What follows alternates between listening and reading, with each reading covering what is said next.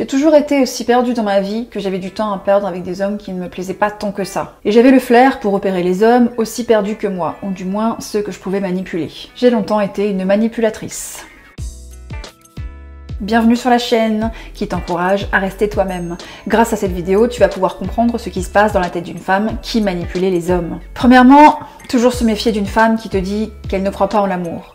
Car si l'amour n'existait pas, l'amour propre non plus. De plus, quelqu'un qui serait incapable de ressentir de l'amour pour soi-même ou pour les autres, c'est une réelle pathologie et on appelle ça un psychopathe. Je n'étais pas psychopathe, mais je savais retourner le cerveau des hommes comme une malade. Deuxièmement, toujours se méfier d'une femme qui dit clairement qu'elle ne veut pas de sérieux, mais qui se comporte comme ta copine. Quel est le profil d'un homme manipulable? C'est un homme assez perdu et désespéré pour me suivre partout où j'allais, car je ne savais pas être seule. C'était un homme qui était toujours d'accord avec moi et ne savait pas me dire non. Et je jouais avec ces hommes, en les faisant espérer qu'un jour, je puisse tomber amoureuse d'eux. Un homme que je pouvais manipuler était un homme qui m'idéalisait, et il projetait sur moi son idée de la femme parfaite. Mais ce genre d'homme est tellement dans sa bulle qu'il ne peut pas voir la réalité en face. J'étais bel et bien une vraie connasse, très mal dans sa peau. Et je me faisais un plaisir de rentrer dans ce moule de femme parfaite parce que la vérité c'est que j'essayais à tout prix de l'être. Et la femme qu'on s'était imaginée n'existait absolument pas. Je ne montrais jamais ma vraie personnalité, mais celle que je croyais devoir avoir.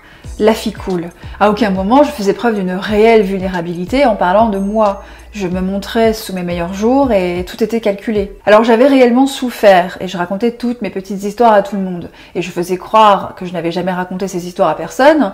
Et le mec se sentait spécial. J'étais tellement forte dans ma manipulation que vraiment je pouvais obtenir tout ce que je voulais quand je voulais. Je savais comment faire pour que ce genre d'homme tombe amoureux de moi, mais j'étais incapable d'être cette même femme avec un homme qui me plaisait vraiment. J'avais autant de peur que de désir pour les hommes virils. Mais je m'étais condamnée toute seule comme une grande fille à me faire passer pour cette femme indépendante qui n'a besoin de personne, condamnée à faire ma vie avec une marionnette. Je ne pouvais pas refuser de sortir avec un homme manipulable, ma peur de la solitude était au-delà du mal que je pouvais faire aux autres. J'étais égoïste, égocentrique, mon mal-être détruisait tout ce qu'il y avait sur mon passage. Dans une autre vidéo, je vous explique que la pauvre petite fille que j'étais quand j'avais 8 ans s'était persuadée que l'amour n'existait pas, que jamais je ne me marierais. Un jour, après 2 mois de relation avec un mec, il me parlait déjà de mariage, alors évidemment, j'ai dû rester vague parce que je ne voulais absolument pas qu'il réalise que je ne l'aimais pas. Au passage, certaines manipulatrices n'arrivent pas à aller jusque-là, mais moi je n'avais aucun mal à dire « je t'aime » à des hommes que je n'aimais pas. D'ailleurs, passer des mois et des mois avec un homme qui ne me plaît pas tant que ça,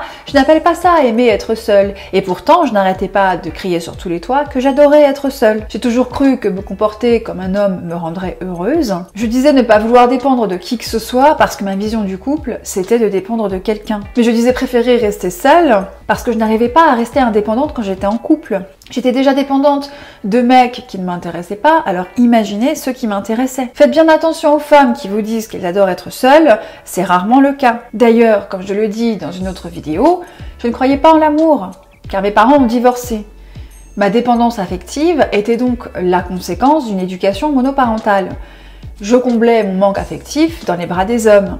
Rassure-toi, ils étaient assez cons pour rester avec moi, alors que ça n'allait pas plus loin. Je me suis longtemps menti à moi-même. Évidemment, je détestais rester seule.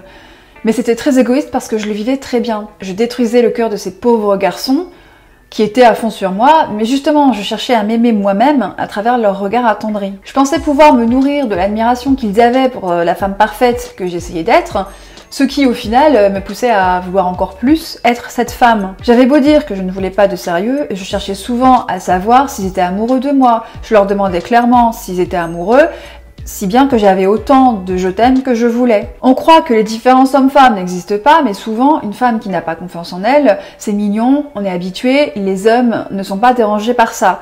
Mais les femmes sont souvent peu attirées par les hommes qui ne s'aiment pas eux-mêmes. J'ai toujours recherché cet homme sur qui je pouvais me reposer. Cet homme qui faisait de mon bonheur sa priorité. Mais avant, c'était moi, la plupart du temps, qui me sentais responsable du bonheur des autres. Quand tu mets dans les mains de quelqu'un ton bonheur, tu mets aussi ton malheur. Donc j'appuyais vraiment sur les boutons de ce qui pouvait rendre les hommes malheureux. Et ces hommes ne m'apportaient à moi aucun malheur, si ce n'est celui que je m'imposais à moi-même.